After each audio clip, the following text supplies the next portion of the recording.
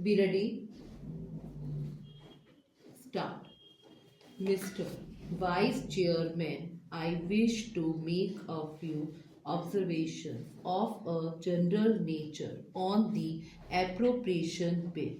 I know that this is an appropriation bill and not the finance bill, but perhaps it is permissible to make a reference to the policies which underlie this bill.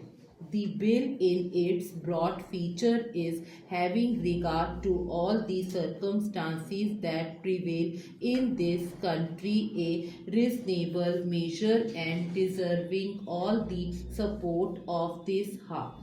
We were left behind 200 years back in the struggle for life. The Industrial Revolution bypassed us. We are now in the atomic age and we have somehow or other, if we wish to exist as a decent country in the world, to make up for lost time, we have to provide for our people a high standard of living, and that high standard of living we can provide only by increasing production, and increased production involves increased expenditure. You cannot have increased expenditure without heavy taxation, and it is inevitable, therefore, that the tendency to tax more and more should increase with the expansion of states' activities. We wish to usher in a socialist economy. Let us be clear as to what we mean by a socialist economy. We have heard a great deal about the private sector and the public sector.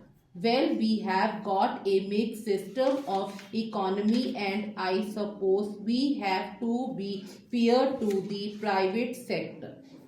But there is just one thing about it that you must be clear about. In a socialist economy, the direction of investment and the control of investment must rest in the hands of the state. In a socialist economy, the public sector must dominate the private sector. All this is vital for a socialist economy. I was glad for that reason to find, as an ordinary citizen who was engaging himself in legal studies, that we have nationalized life insurance.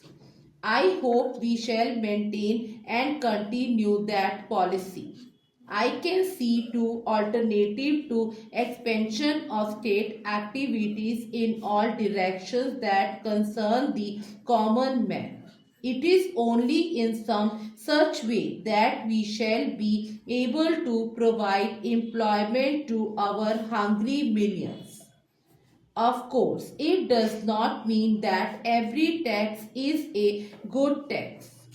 As one who rather likes to be described as a socialist, I have a little objection to indirect taxation.